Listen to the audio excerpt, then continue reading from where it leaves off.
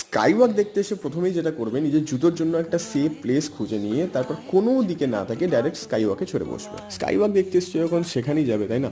Sky walk মানে একটা glass bridge. যদি ভেঙে যাওয়ার ভয় পাও তাহলে পাপুর মতো এসবও করতে পারো।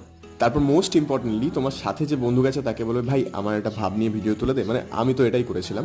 এদিকে পাপু বলে, এটা আমি কি দোষ করেছি ভাই, আমারও একটা তুলে দে। আমি দিলাম। যাই হোক, এই করতে করতে দেখছি ও বাবা, এখানে প্যারাগ্লাইডিংও হয়। কিন্তু ততক্ষণে অনেক লেট হয়ে গেছে, আর ভেবে লাভ নেই।